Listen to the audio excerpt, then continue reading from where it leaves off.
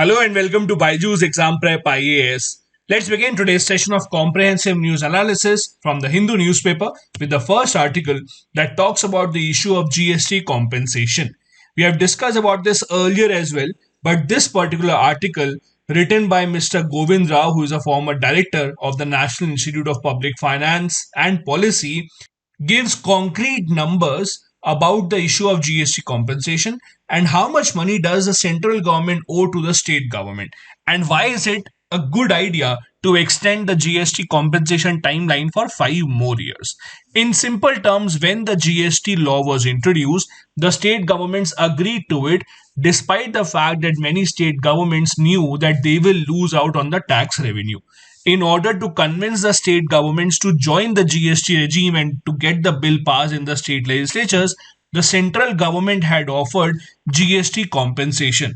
Means the central government said that any state who is earning lesser tax after GST comes into picture as compared to the pre-GST times, the central government said that we will compensate you for those. So for example, if before the GST a state government used to earn 50,000 crore from taxes, and after GST if they only earn 45,000 crore from taxes, then the compensation, that is the difference of 5,000 crore, will be paid to the state by the central government. This will continue for 5 years till 2022, till the time that GST is settled down and everyone is used to it. Now that this 5-year period is coming to an end, the states are demanding that this compensation timeline should be extended for 5 more years. Now there are many questions involved in it. Number one, how would you calculate how much money did the states earn before the GST came into picture? For that, the earning of the state in 2015-16 was taken as the base, and with every passing year it was expected that this base would increase by 14%. So if a state government earned 50,000 crore from taxes in 2015-16, it was expected that the government in the next year would earn 14% more than this, and accordingly the state government would be compensated. Now the question is, from where will the central government get the money to compensate the states? The central government won't give money out of its pocket.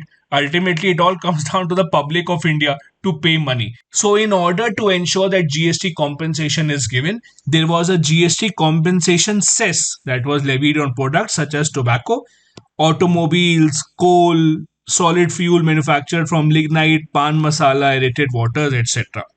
Now, when the GST started, in the first 2 years, the government was very happy. Why? Because in the first 2 years, the money that the government earned from this compensation cess was more than the money that the central government had to pay to the states for compensation.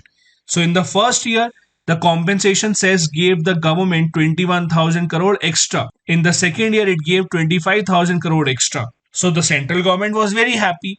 But then the problem started due to the COVID-19 pandemic. In 2018-19, there was a shortfall in the payment. How much? 24,000 crore rupees. So the central government needed 24,000 crore rupees extra to pay compensation. From where did they get the money? They got the money because in the last 2 years, as we just saw, they had some extra income. So this was adjusted, and in 2018-19, GST compensation was given to the states. But then in 2020-21, due to the pandemic, the problem became extremely big. The state governments had to be given 3 lakh crore rupees in the GST compensation form. In 2020-21, the state governments had to be paid 3 lakh crore rupees for GST compensation. But the central government only earned 65,000 crore rupees from the GST compensation cess. So the difference was 2,35,000 crore rupees. From where will the union government get this much money? The union government took a loan from the RBI. How much? 1.1 lakh crore. For the remaining sum, the union government told the state that we can't give you so much money now. Why? Because pandemic is an act of God. And because of this act of God, we don't have enough money. Now we can't do anything. And the impact of pandemic is still visible in the market. That is why the state governments say that the GST reform is still in the transition phase, and the GST compensation should be extended for at least 5 more years. There are many other reasons for that. Number one, the tech platform that was made for GST return filing did not work properly for many months. That is why a lot of fake invoices were made a lot of misuse of input tax credit was made, so the governments did not get the money that they deserved. Secondly, after GST, it is the only major source of revenue for the state governments. Thus, the state governments don't have any other source to manage their finances. Even if you think that the Finance Commission may request the center government to give more money to the states, but the problem is the next Finance Commission will only come in 2026-27, so it's a long way away. The structure of GST also needs certain changes. And to bring those changes, the center government would need the cooperation of the states. And that is why the center government cannot afford for the states to be angry with the GST law. There are many other reforms that need to take place. For example, about half of the consumption items which are in the consumer price index are not in the GST list. They are exempted. Thus, the tax base has to be broadened. Many more items have to come under the GST. Items such as petroleum products, real estate, alcohol for human consumption, electricity, etc., which are still out of the GST, needs to be a part of the tax structure. The structure also needs to be more simplified. Right now, there are four main tax slabs, as you know: 5%, 12%, 18%, and 28%. But not everything is covered under these four slabs.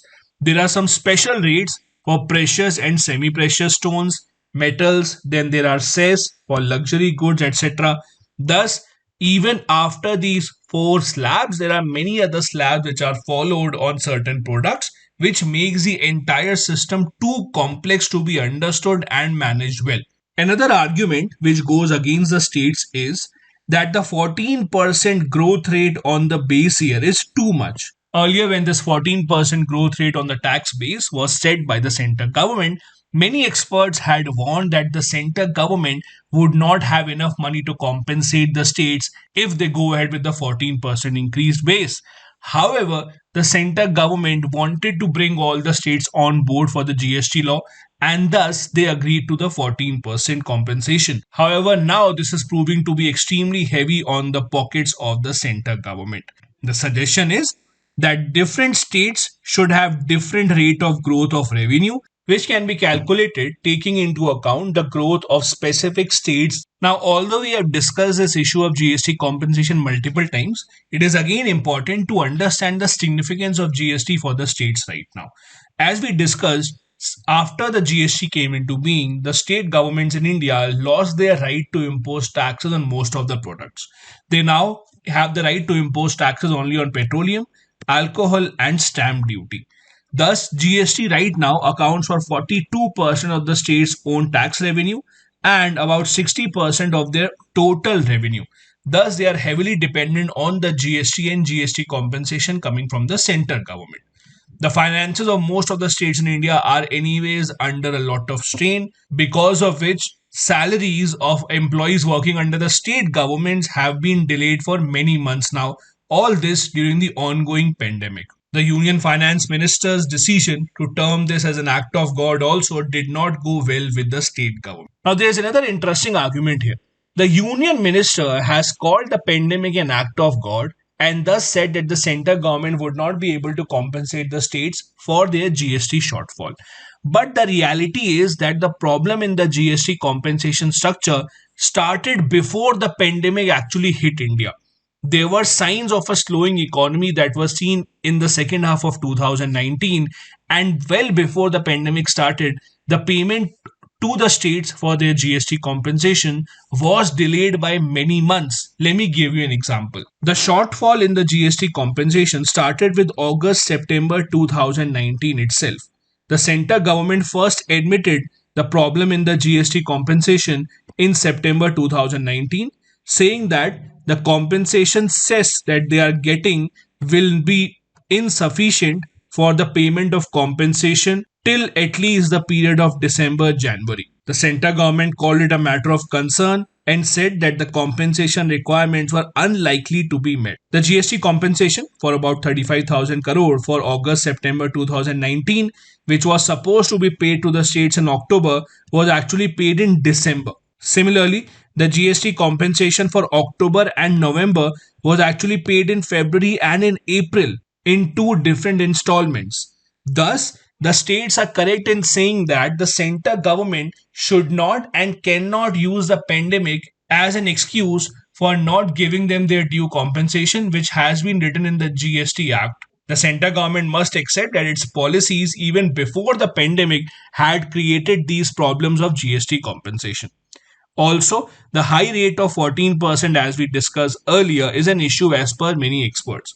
Late former Finance Minister Arun Jaitley had proposed a growth rate of 10.6% and not 14%. But as I said earlier, the reason why 14% growth rate was accepted by the center government was because they wanted to bring as many states as possible under the GST rule, and this is now leading to a lot of problems for the center and the state governments. The next article that we have here talks about the importance of treating the planet and the environment well, and how, in order to understand the holistic impact of environment, we must include it in our HDI, that is Human Development Report. The author here says that the 2020 Human Development Report of the United Nations Development Programme proposed that from now onwards, while calculating the HDI, that is Human Development Index, some other parameters should also be considered. For instance, parameters such as per capita CO2 emission in the country and per capita usage of material products in the country. That would give us a much better idea of how efficient a particular nation is, including their behavior towards the environment. This is essential because environment is an important component of human development overall. This idea was first discussed in the year 2009 that environment should be a part of every index across the world that tries to measure the development of a particular society. This is being called as planetary pressure adjusted HDI or PHDI. Interestingly, the author here says that if we include this component of per capita CO2 emission and the materials that the people use in these countries, and then look at the ranking of countries in the HDI index, we will see a very interesting change. A lot of countries which otherwise have a very high HDI, their score becomes much lower if you include the concept of per capita CO2 emission by people living in that country. The world average of 0.737 goes down to 0.683 when we include this planetary component. In fact, among the 66 nations having a very high Human Development Index rank, 30 nations will see that their rankings will fall down if we include the planetary component, that is the per capita CO2 emission. For India also, our HDI score of 0.645 falls down to 0.626, considering that our nation has an average per capita CO2 emission of 2 tons and per capita material footprints of about 4.6 tons. India, however, suffers from its own problems. That is, the range of HDI within India is extremely wide. For Kerala, for instance, HDI is 0.775, which is at par with some of the most advanced nations in the world. Similarly, the HDI for other states such as UP and Bihar is much below the all India average. In this entire debate of not harming the environment and ensuring sustainable development, we often also talk about the SDGs, that is the Sustainable Development Goals that need to be achieved by 2030. These goals also include a component of sustainable development and using the environment so that it is preserved for our future generations. The one good thing that has happened is over the past few decades, there has been an increasing awareness within India and around the world about environmental issues. For instance, movements such as the Chipko movement, the Silent Valley movement that took place in Kerala have raised a lot of awareness amongst the people of all age groups, and thus many more initiatives have been taken by the government and by the civil society as a whole. Even on the projects where the government wanted to go ahead without proper environmental clearances, there has been a lot of protest from the civil society asking the government to respect the environment as much as possible. We need to understand that people and planet are connected to each other and one cannot survive without the other. Thus, social and environmental problems cannot be solved in isolation and people's participation is necessary. Laws such as 73rd and 74th Amendment Act, which talk about the Gram Sabha having the power to regulate the local resources, also comes in extremely handy and must be followed to the letter. Now, the HDI or the Human Development Index that this particular article talks about mainly is based on three different indices. That is the Education Index, the Life Expectancy Index, and the GNI Index, that is the Gross National Income Index. Thus, it takes into consideration life expectancy, education, standard of living, and some other parameters to give a holistic score for a country and rank it in the index. This was created by two well known economists, including Amartya Sen and Mehboob ul Haq from Pakistan. The reason why this index was introduced was it was felt that GDP cannot be the only criteria to understand and to rank a country in order of its development. That is why HDI was introduced. India of late has not had a very good performance in the HDI index, and there are many reasons behind this. For instance, India has seen an increasing income inequality across the country. There's also gender inequality that has persisted throughout India for many decades. There's also cumulative impact across decades. For instance, even if India does well for 1 or 2 years, it would not be enough to offset all the problems that we have created in so many years. So it would be a very gradual change if it does happen in India. Some suggestions include more investment in the social infrastructure, such as education, healthcare, etc. Streamlining of the finances, that is, the government should be using its finances for more impactful means. Good governance reforms, introducing good laws, introducing transparency, making sure that the politics is much more cleaner, reduction of criminals in the politics, and also gender empowerment. The next article that we have talks about the importance of allowing people to work in more than one jobs. In simple terms, the authors here are making a point that if a person apart from a full-time job wants to work somewhere else, he or she should be allowed, which is not really the culture in India. As per a survey conducted by the authors, 45% people said that either they themselves or someone that they know is working somewhere else apart from a full time job that he or she has. Now, the culture in India is that if you are in a second job or a third job, your full time employer sees this as a distraction. It is assumed that you would not be able to concentrate on your full time job because you're involved in something else. The company is saying that it is about the employee wanting to make much more money. But the reality is, as per the survey, it is not always about money.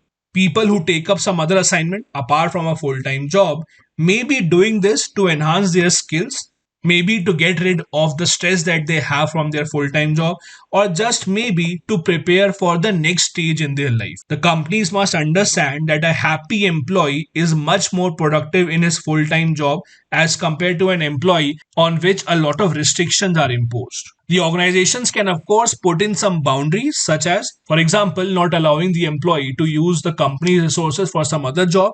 But apart from that, the companies must understand that while offering a job to anyone, they are not owning the employee.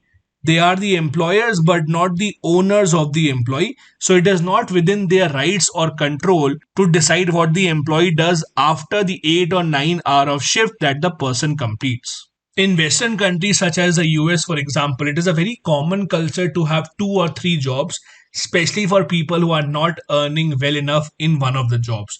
So people work 2 jobs, 3 jobs, etc. Obviously, their timings do not clash, but to make a sustained living, they do that. It's a very common occurrence. But in countries such as India, that is not the case. As the article says, you don't really tell your employer if you're working somewhere else also, because it would be seen negatively by your employer. Now, let's also understand, do we actually have a law in India which bans you from working in 2 or more jobs? The answer is not really. Under the Factories Act of 1948, there is a section 60 that says that there is restriction on double employment in India, but only for people who are working in the factories. The section says that no adult worker is allowed to work in a factory when they are already working in another factory. But as you can see, this does not apply to people who are not working in factories. So for other companies, it depends on the contract that you are signing. So whenever you're taking up a job in the organized sector, you get an employment letter or you get a contract that you have to sign on the time of your joining that has a lot of provisions, your job responsibilities, etc. Usually in those contracts, it is clearly written that you cannot take up any other paid employment outside this job and it will lead to the termination of employment. This is what usually happens in India. Now, interestingly, the judiciary also has heard such cases multiple times. For example, in Punjab and Haryana High Court in 2016, the court said that the company can terminate the employment of a driver who is engaged in double employment. Similarly, in 2012, the Madras High Court had said that termination of a grade 3 operator is valid because he was employed as a director in another company as well. This again proves the fact that Indian mentality still assumes that when a person is employed in more than one jobs, his or her productivity and efficiency does get deducted. There is also a concept of moonlighting clause. Moonlighting clause again is the name given to the clause that is put in a contract which says that if you go ahead with double employment or if you take up another job while working in our company, then you will be unemployed from our side and we will terminate your employment with us and you only have to focus on your current job. So it depends on contract to contract that you're signing with any organization at the time of your joining. The next article that we have from the Hindu newspaper talks about the election campaign funding by the political parties. It's a very old yet important topic that we have discussed multiple times in Indian politics. In simple terms, from where do political parties get their money? The political parties in India spend crores and crores of rupees in the election campaigning. All the ads that they give on the hoardings, the newspapers, the radios, even the televisions are not sponsored by the states. It is the particular political parties that have to spend their own money in all that campaigning. From where exactly do they get their money? Because it is not public knowledge. This is what the article is about. The article rightly says that if a person is contesting election by using someone else's money, then when the person comes to power, his first priority will be to ensure that there is good return on the investment. If I am, for example, contesting election, someone comes in and gives me 100 crore rupees to be spent on election campaigning anyhow, then if I win the election, I would obviously have an obligation towards that person, right? Because he trusted me, he gave me the money. So the people in power would obviously take decisions that are in favor of people who supported them or funded them. If a political party got money from the common people, then they would obviously work for the common people. But if they got money from corporates or if they got money from some other funds, they would obviously take decisions in favor of that corporate only, which is very understandable. The problem is that in India, there is no specific law that restricts this funding. There is no limit to how much funding can a corporate house give to a political party. In US, EU, etc., there is a law to address this issue, but not in India. In fact, the problem is that in India, the decisions which the government thinks the people will not like, the government makes sure that those decisions or those informations are hidden from the people. For example, the government budget of 2019-20 said that government had a loss of about 2.24 lakh crore rupees by reducing the duties and taxes on various companies. Now, why did the government do so? There is no explanation for that. Information such as this is not even publicized for the common people to know. If the government would have saved such a large sum of money, that could have been used by the government in various other ways, maybe even in the state funding of elections. But that is never a part of the common debate and discussion that we have in India, unfortunately. The article suggests three solutions to overcome this problem. The first solution can be to make all the election funding completely transparent. Right now, we have no idea from where exactly does a political party get their money. The voters, irrespective of whichever party that you support, do not have any method to know how is your party getting the funding that they are. The second remedy is to prevent private interest from influencing elections or government by setting a rule on limited funding. For example, if a political party is taking funds from a corporate, there should be a limit to that, which is still not existing in India. The third is to create a more even playing field. Let me give you an example. Let's assume that I am a very educated person and I want to do very good for the people of India. I want to enter politics and I have no other intention of doing anything bad. But if I don't have the money, I will just not be able to fight elections. Why?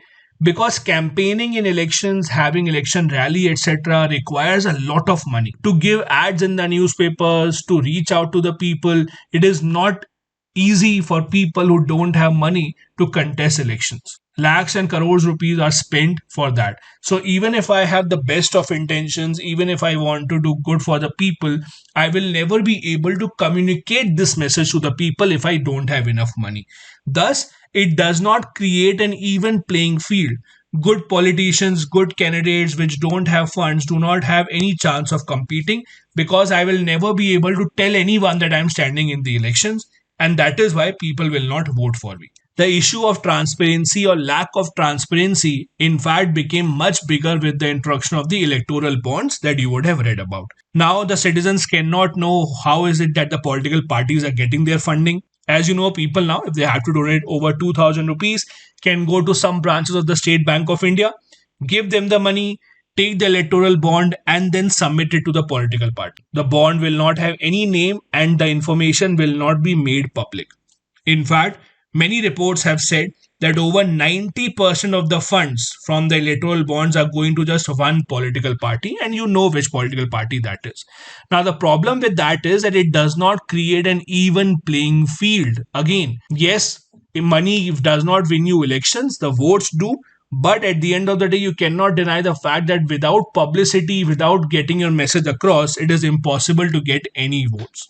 There have been multiple PILs filed in the Supreme Court against the question of electoral bonds, but the Supreme Court is still to hear the matter, and it is just being postponed month after month. The other question is, what can you do? As a voter, do you have anything in your hand? The article gives you certain suggestions. Number one, while you vote, make an informed choice. Now, this is something that you need to understand. Whenever you get asked about a certain problem in India, the first reaction that we have is that the government is responsible for it. If I ask you why do we not have enough healthcare facility, you will say government is responsible. If I ask you why is it that the education is bad, government is responsible. Why is there corruption? Government is responsible. Now, in many cases, that answer may be true, but not in all cases. For example, if I ask you why are there so many criminals in politics, you might say that the government is responsible or the political parties only give tickets to people with a criminal record. But the reality is that they give tickets to people who are able to get the votes. When we have to go and vote in the elections, we don't even make an effort to know about the background of the person, to know about the education qualification, to know about the policies of the person. The only thing that we are concerned about is what is the caste of the person, what is the religion of the person, which party does the person belong to. You cannot say that this information is not available. You have a smartphone in your hand with 24/7 internet. You can use it to search all sorts of things of your interest, watch videos, but you cannot do a simple Google search for the candidate that is contesting election from your constituency. Official websites of the Election Commission of India, political parties, NGOs, etc. have information about all the candidates who are contesting election. But the final responsibility of checking that out and spreading that correct information lies on the citizens. You have to do this part and share this as widely as possible. Another long-term solution can be, if you believe and like a certain political party or a candidate, make donations to them, although small numbers, but at least be consistent with donating to your political party which you believe in. That can be anything from rupees 10 to 500, so that the political party knows that they are responsible to you and not someone else who is giving them the money. This experiment has worked at the panchayat level. In many panchayat elections, people have won without spending huge amounts of money, just because the voters were the ones who funded the winning candidates. When a voter gives money to a candidate, the candidate knows that they will obviously give him or her the vote, which then builds a trust between the two parties. Now, there is a lot to know and study about the concept of election funding in India, and I'm sure you have read many of these things earlier as well. Let me touch upon a few points. First, the electoral bonds that were introduced in the year 2017. Before the electoral bonds, anyone could donate up to rupees 20,000 in cash to political parties. But now, this is reduced to rupees 2,000. Beyond 2,000, if you donate to a political party, you have to buy an electoral bond from the State Bank of India. Now, these are bearer bonds, means they don't have any name. If you are holding it, that means you are the owner. If someone else is holding it, that means that person is the owner, just like a currency note. But the problem is, if you go to the SBI, for example, buy a bond of 10 crore rupees. Now, no one else knows that you have bought this, But the SBI will know, because in SBI you have to submit your documents. Now, SBI is a government bank. SBI works under the government of India. So, how difficult is it for the party in power to get to know who is buying the bond? If they really want to know, they can get this information very easily, but the opposition parties cannot. Then some laws also have been changed in the past few years to make electoral funding much easier for the political parties. For instance, the FCRA Act was changed after the Delhi High Court in 2014 said that BJP and Congress, both of these parties, are guilty of illegally accepting donations from companies that are registered in India but are controlled by foreign companies. In order to save themselves, in 2016 and 18, the government amended the law and legalized their donations with a retrospective effect. So, whatever illegal donations that they had taken in the past few years, all of that was legalized just by passing one single law. And when such a law is passed, both the government and the opposition support this law. No one says anything against it because every political party wants to have as much donation as possible. Secondly, the Companies Act 2013 was also amended. How? Earlier, the law was if a corporate has to donate money to a political party, they can only donate maximum of 7.5% of their profit. So if they made a profit of 100 crore rupees, they can donate up to 7.5 crore rupees to the political party, not more than that. Secondly, at the end of the financial year, they would have to disclose in their accounts how much money they have donated to political parties. Both these things have been removed now. First, not only profit making but now loss making companies can also contribute to political parties. Second, limit of 7.5% was also removed. Third, now they don't have to declare in their financial accounts that they have donated to political parties. In other words, every single limitation on any corporate while donating to a political party has been taken out by amending this law. The idea of state funding of elections has been discussed many times. That is, that the political parties should get funds and help from the government. Every political party should get support from the government to fight elections so that there's an even playing field. So that even if I don't have the money but I want to fight elections, I can. The second ARC, Dinesh Goswami committee, Indrajit Singh committee, all of these had suggested that there should be state funding of elections in India in some manner.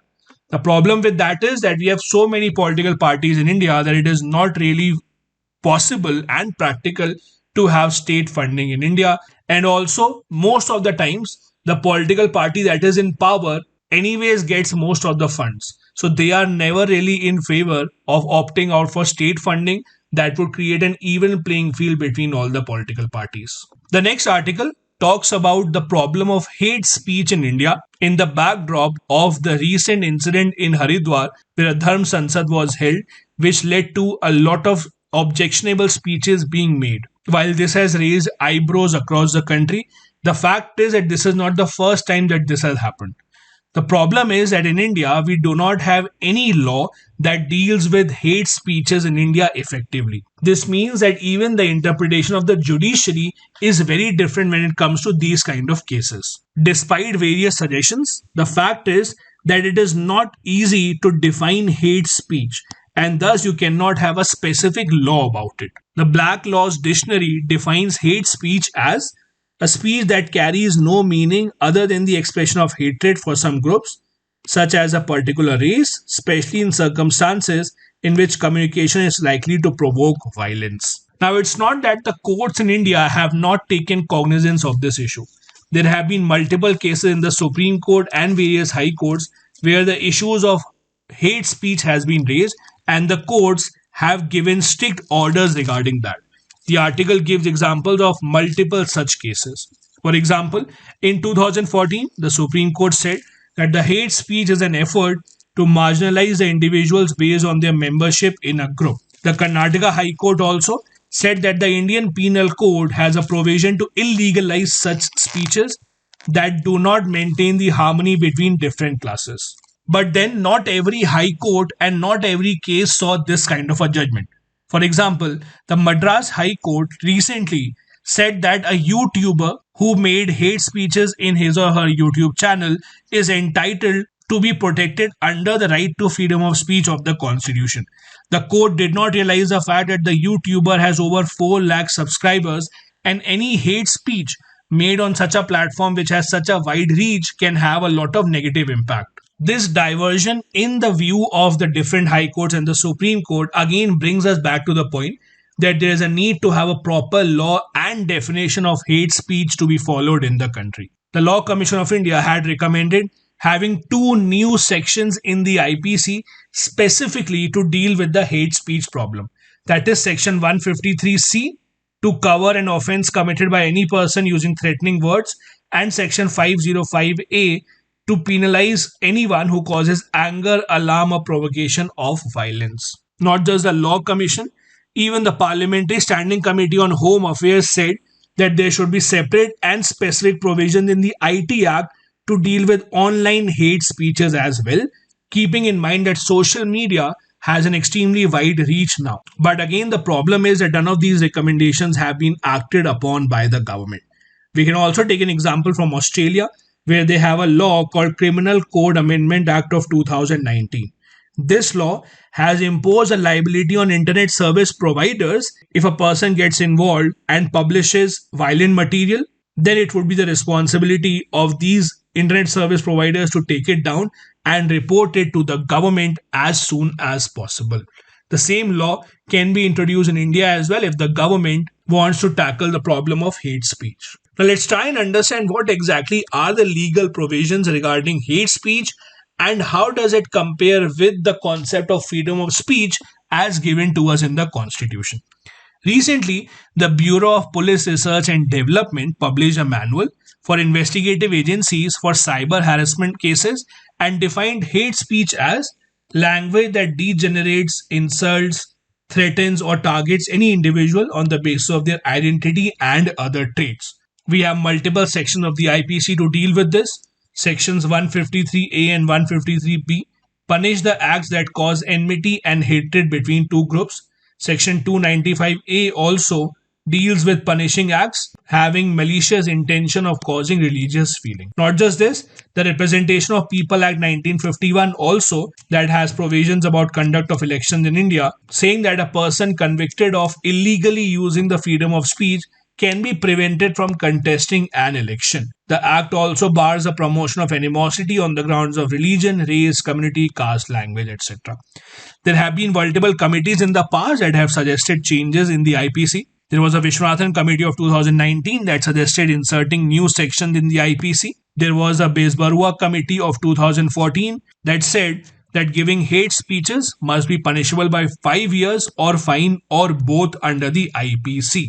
However, again with most of these things in India, the problem is never about the lack of laws. The problem is almost always about the implementation of the law. And this is true even in this case. We have discussed about the concept of hate speech and the freedom of speech earlier also. The link is given on the screen. You can click there to get to that discussion as well. These are the articles that we wanted to discuss from the Hindu newspaper today. Now a couple of practice questions. Number 1. Discuss the merits and demerits of the idea of state funding of elections in India. Second, extending GST compensation to the states would go a long way in bridging the lack of trust between union and the state governments. Comment. Both these questions have to be answered within 250 words each. Thank you so much for watching the video.